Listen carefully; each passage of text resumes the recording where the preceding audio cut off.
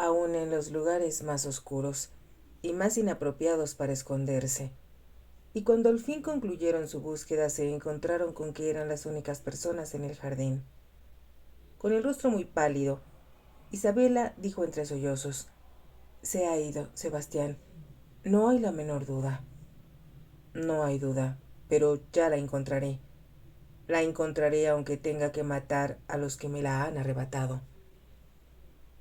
Amé sintió que los caballos que tiraban del carruaje en que se encontraba subían por un empinado cerro y que después, ante una ronca voz de mando, se detenían.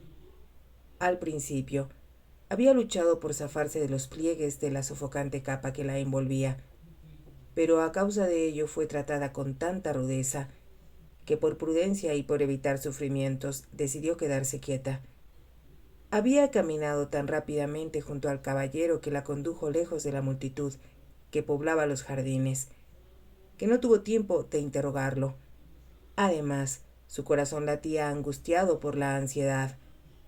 «¿Ha habido un accidente, mademoiselle?», le había susurrado un caballero al oído, mientras ella observaba a la reina, quien hablaba con los hombres que apilaban los leños detrás del templo del amor.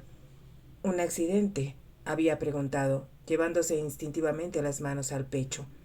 «Su señoría, el duque de Melincourt, le suplica que venga conmigo inmediatamente», le comunicó el caballero.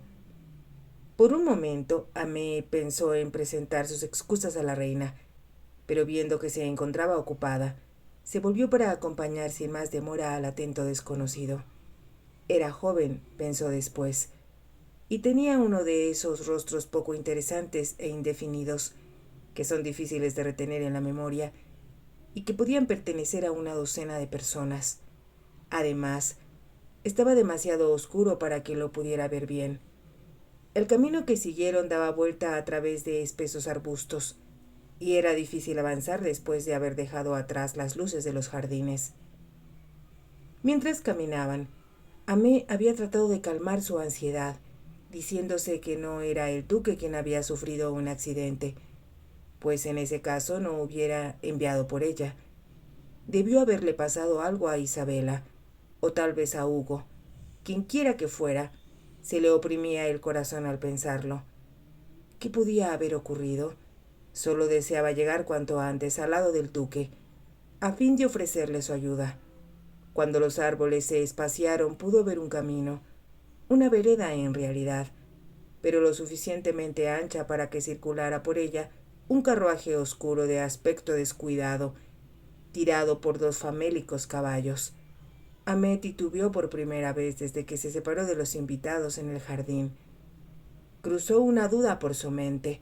Debía haber un error.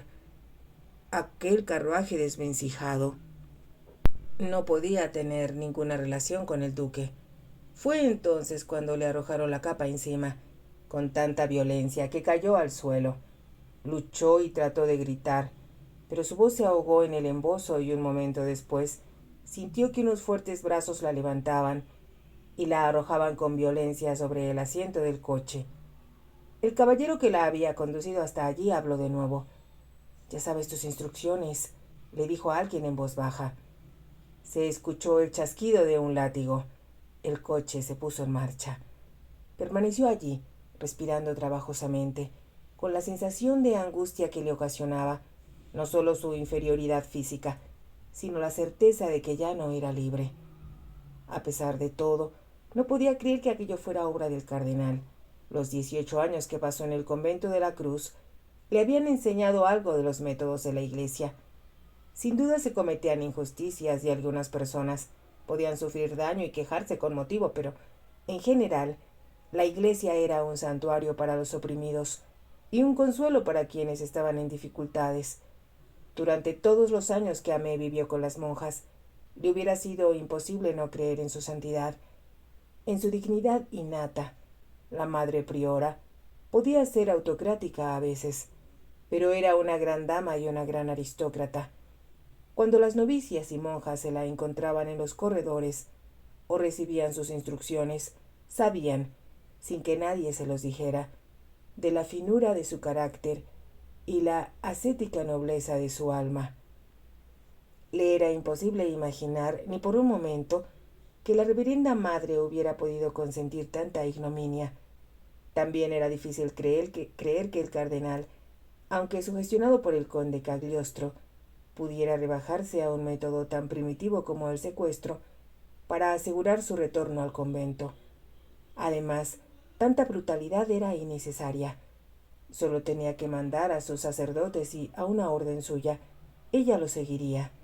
No, imaginar que aquel ultraje fuera obra de la Iglesia era algo demasiado increíble para considerarlo siquiera. Y, sin embargo, Amé se preguntaba, ¿quién más? Y una y otra vez se repetía la misma pregunta. Entonces, cuando los caballos se detuvieron, los hombres que estaban sentados en el coche hablaron por primera vez. Escuchó un intercambio de palabras en voz baja. Tú la sujetas mientras yo abro la puerta. Vamos, pues. No queremos que la mitad de la calle se entere de lo que nos traemos entre manos. Habían sido solo unas cuantas palabras, pero las suficientes para que Amé comprendiera qué clase de gente la había capturado. Los hombres hablaban en un argot, el más vulgar de los barrios bajos, pero no tuvo suficiente tiempo para reflexionar sobre ello. Unos fuertes brazos la levantaron con rudeza y sintió que un hombre la cargaba y la sacaba del coche. Cuando pisaron el suelo, los caballos emprendieron de nuevo su camino. Comprendió que la introducían a una casa. La arrojaron al piso y lanzó un grito cuando tropezó contra la esquina de una pared y se lastimó un hombro. Vete ahora, dijo una voz de hombre.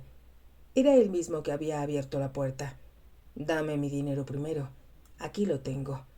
Se escuchó un tintineo de monedas y luego un au revoir, ruido de pasos y una puerta que se cerraba. Amé se quedó esperando. Una criatura empezó a llorar y luego una voz de mujer. ¿Eres tú, François? En nombre de Dios. ¿Quién más podría ser? Gruñó el hombre. Despertaste a Jean, dijo la mujer en tono quejumbroso. Al diablo con el mocoso. Hubo una pausa y Amé pudo oír a la mujer, que trataba en vano de calmar el llanto del niño. Baja enseguida. Me voy a trabajar. Pero quiero algo de comer antes de irme. Solo queda un pedazo de pan. Amé la oyó descender por lo que parecía ser una escalera de madera. Ven a ver lo que te traje, dijo François con una nota de rudo humor en la voz. ¿Quién es? Una maldita aristócrata. Debemos tenerla aquí hasta que me digan. ¿Tenerla aquí? La voz de la mujer subió de tono. Creo que estás loco. ¿Cómo podemos tener a nadie así aquí, a menos que esté muerta? ¿Está muerta? La rigidez de Amé parecía haberle causado aquel súbito miedo. Claro que no. Estaba viva hasta hace unos minutos. Además, tengo instrucciones de que no debe morir. Todavía. Se movió a través del cuarto mientras hablaba y arrancó la capa de la cabeza de Amé con un gesto súbito y brusco. Por un momento ella se quedó quieta, mirando a los dos extraños que la observaban. Había muy poca luz en el cuarto. Este era pequeño e increíblemente sórdido. En el centro había una mesa y dos sillas rotas y, a un lado, una alacena que contenía algunas ollas. Una escalera de madera, casi al centro del cuarto, llevaba a lo que parecía ser una guardilla. El lugar era muy oscuro y los rostros de los que la miraban se veían sucios y aterradores. El hombre, François, con la barba crecida y el grasiento pelo negro caído sobre la frente y el cuello, se veía grotesco debido a una larga cicatriz que le atravesaba la mejilla y parte de la quijada. Era una herida reciente, de color pálido, que destacaba en el rostro cetrino. El aspecto de su mujer no era más tranquilizador. Su extrema delgadez indicaba que debía haber pasado mucha hambre, y sus lacios cabellos se le escurrían sobre el pálido rostro, en el que brillaban los ojos febriles. Su boca era una línea estrecha que, al abrirse, dejaba al descubierto los dientes ennegrecidos y rotos. Sin embargo, se veía que era una mujer joven, pues su cuerpo no se había deformado con la maternidad.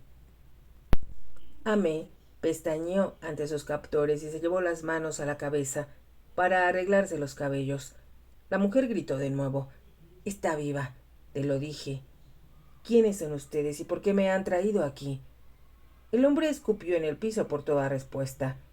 Cállate la boca y no hagas preguntas porque no te las voy a contestar. Así que mejor ahorra saliva. Amé se puso de pie, un poco vacilante. Estaba entumida y golpeada, cuando caminó hacia donde el hombre estaba sentado. Le suplico que me diga por qué me ha traído aquí. Le aseguro que mi tutor, el duque de Melincourt, le pagará cualquier suma que pidan por mí. Te dije que no hagas preguntas. Tengo órdenes de traerte aquí. Y no quiero dinero de ningún maldito duque. Abajo los tiranos. La mujer lo miró con aprensión. Ten cuidado. Nunca se sabe quién puede estar escuchando. El hombre tomó un trago de la botella de vino que estaba sobre la mesa y luego se puso de pie. Tienes razón, René. Me voy antes de que diga nada más. ¿Y qué crees que voy a hacer con ella? Preguntó la mujer. No te dará problemas, dijo Francois jovialmente ahora. Tengo aquí una cosa que hará que no sea una molestia para nadie. De un armario en una esquina del cuarto tomó algo que sonaba.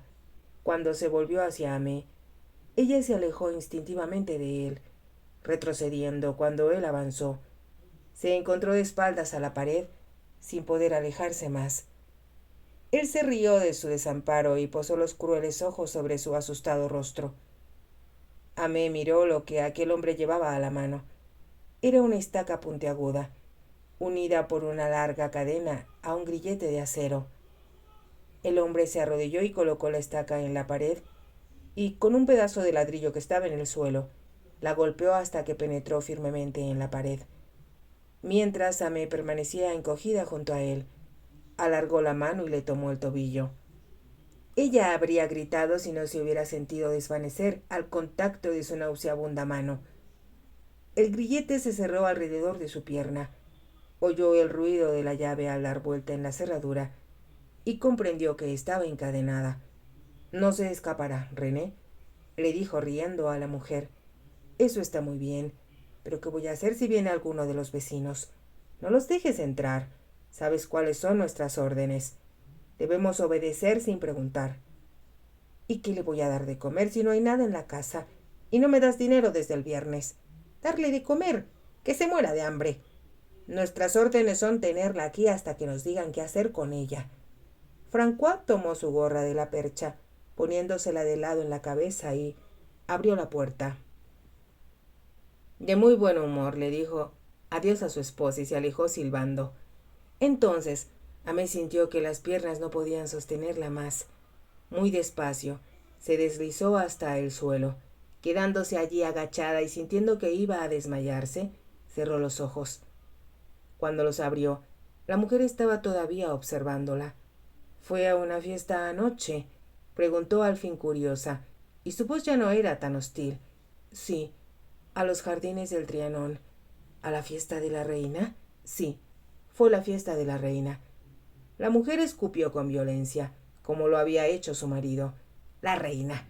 Agregó una serie de lujuriosas palabras que Amé no había escuchado nunca, pero cuyo significado fue muy claro.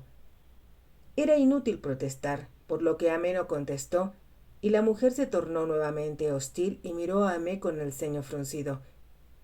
La reina es la responsable de nuestra pobreza. Se roban el dinero de las arcas nacionales para llenarlas de diamantes, para adornar sus palacios. Es inmoral y viciosa, pero nosotros, el pueblo de Francia, podemos morirnos de hambre.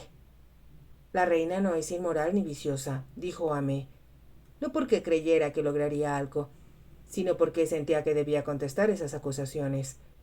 Sabía que lo que esta desdichada e inculta mujer había expresado no eran sus propias ideas, sino las que le habían impuesto en su mente. ¿Conoce a la reina?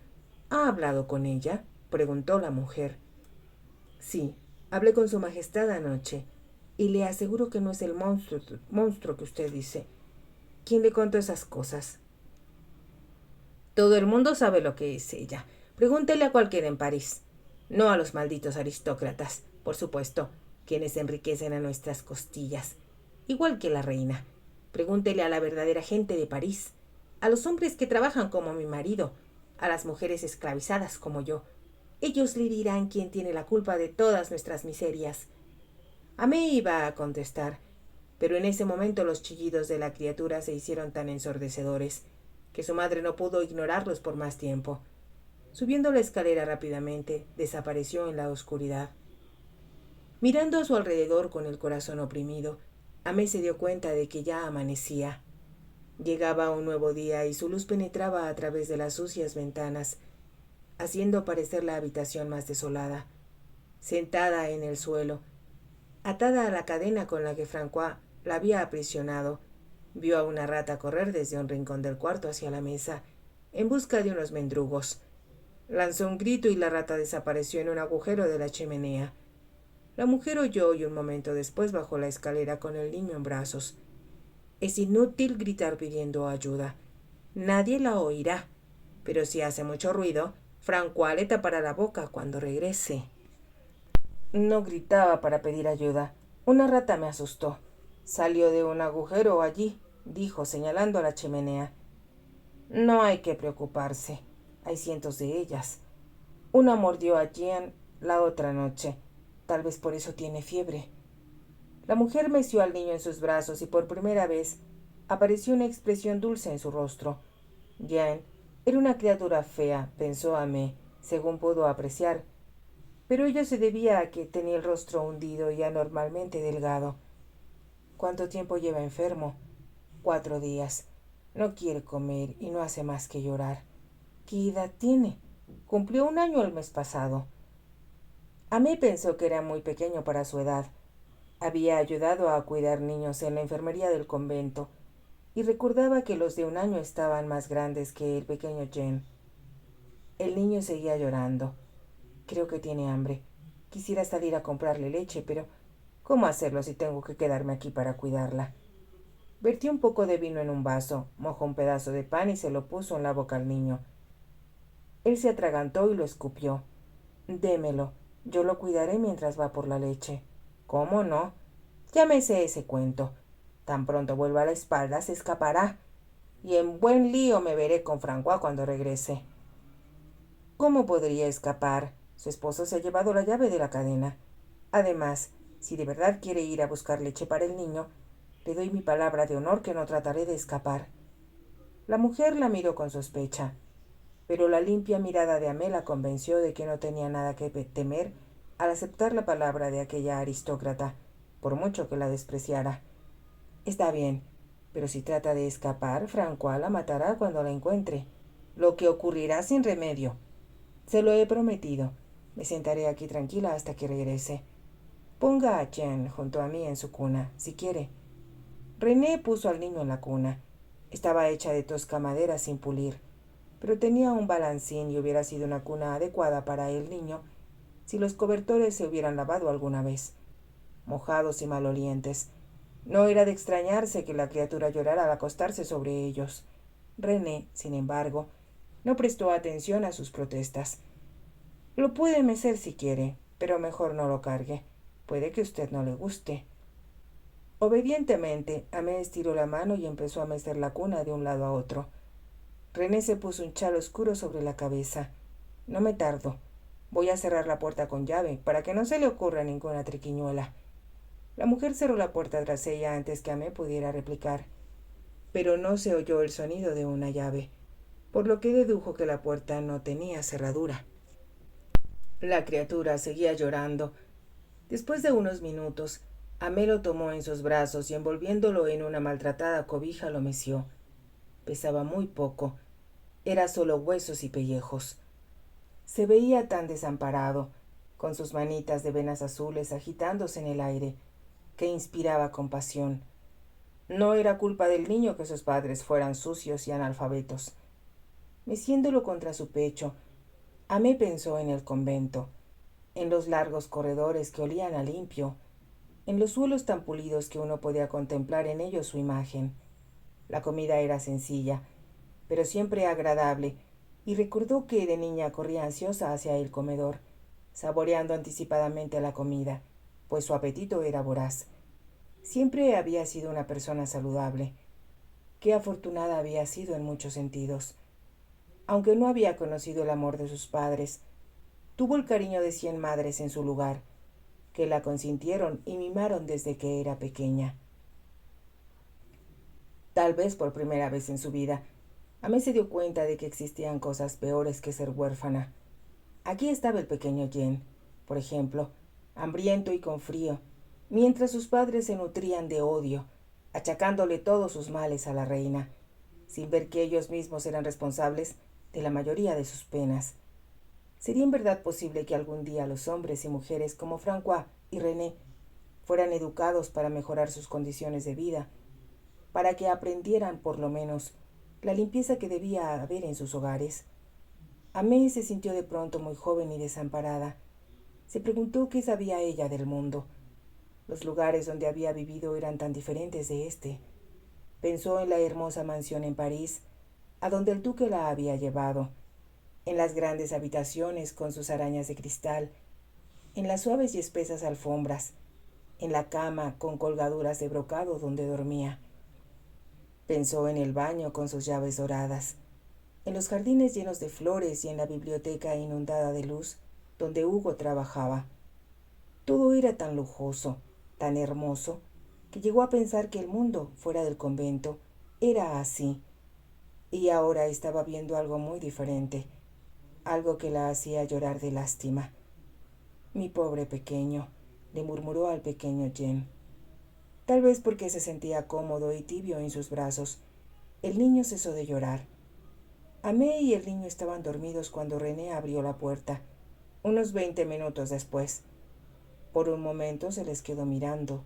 La joven, con los hombros desnudos recostados contra la sucia pared, tenía la cabeza ligeramente ladeada y sostenía en sus brazos al niño dormido. Amé se despertó asustada. Creo que nos dormimos, sonrió. ¿Consiguió la leche?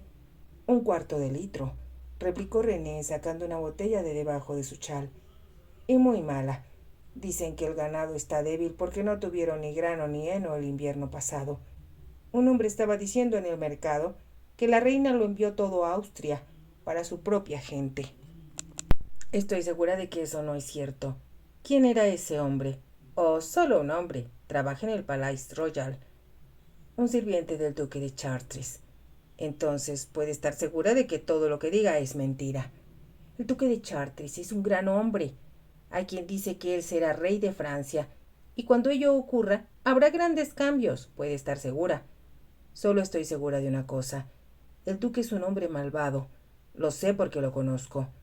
¿Usted conoce al duque de Chartres? Tengo que decírselo a François. Él también lo conoce. Dice que es un verdadero príncipe, un hombre a quien todos los demás seguirán sin vacilar. Instintivamente, Amé comprendió que no debía hablar demasiado en contra del duque, pero se evitó tener que contestar, porque Jen se despertó de un corto sueño y empezó a llorar. Déjeme darle la leche, dijo René arrebatando al niño de los brazos de Amé, como si resintiera que hubiera estado calmado con ella. Pero la leche le sirvió a Jen tanto como el vino.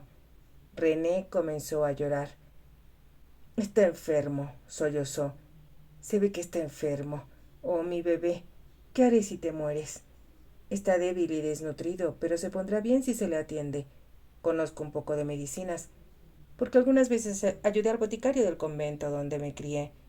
Si pudiera conseguir flores de tilo, agua de azahar, un poco de sirope de olmo y 2 hierbas más, cuyo nombre le puedo escribir en un papel, creo que podríamos conseguir que durmiera un poco.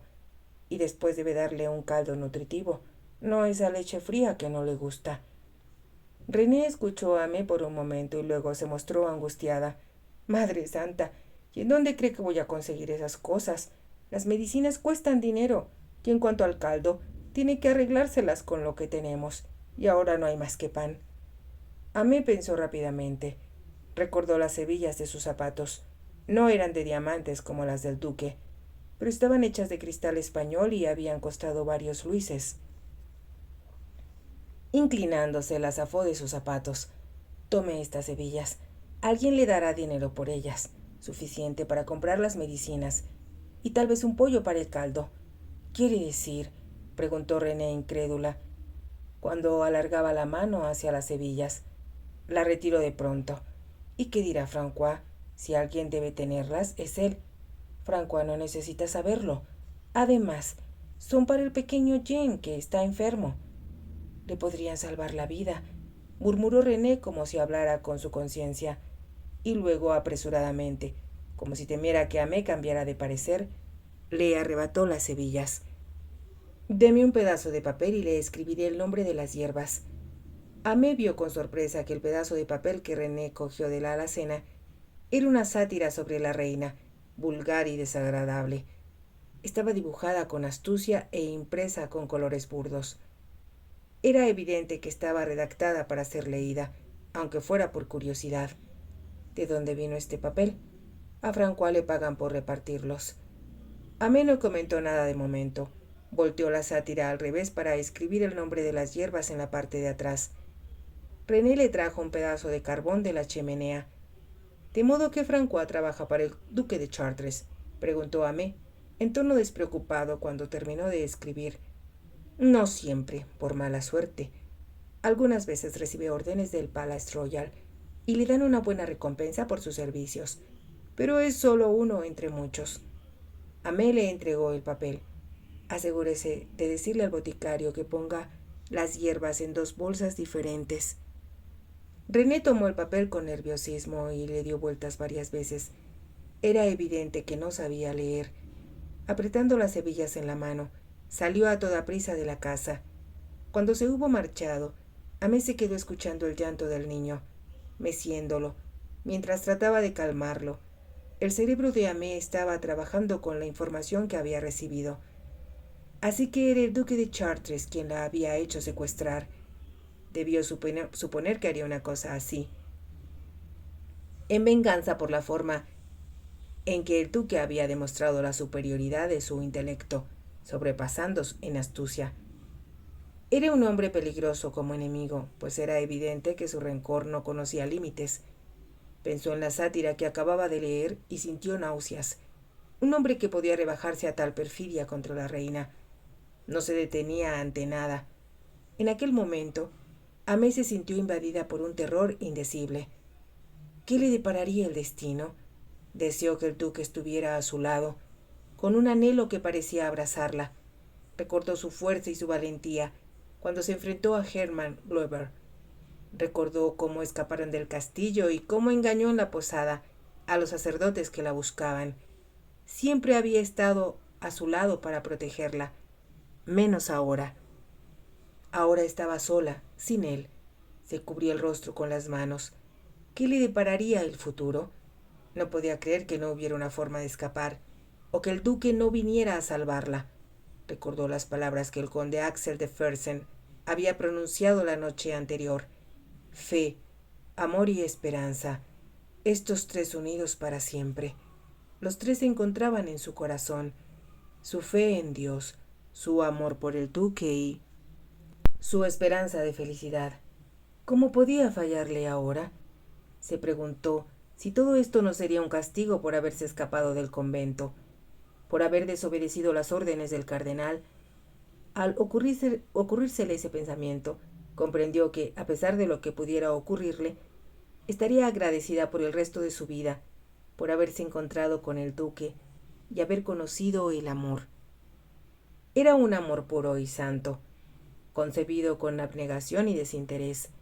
No pedía nada para ella, solo amar y servir al hombre a quien había entregado su corazón desde el momento en que lo vio. Gracias, Dios mío, te doy las gracias, murmuró Amé.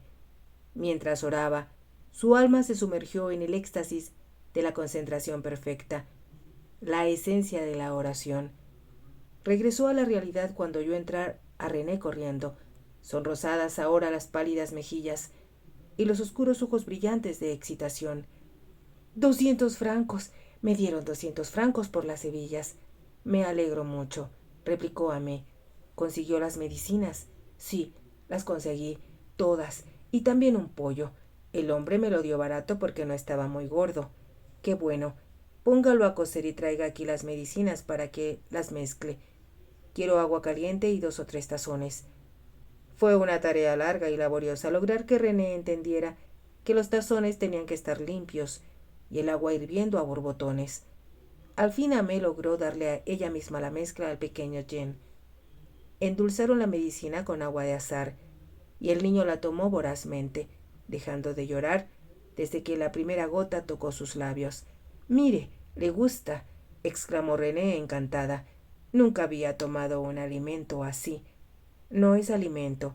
Únicamente debe dárselo cuando esté enfermo. No lo debe tomar en ningún otro momento. ¿Entiende? Como Amé lo pensó, Jane se durmió después de tomar una docena de cucharadas de la medicina. Dormía plácidamente, y René no cesaba de repetir que había sido un milagro.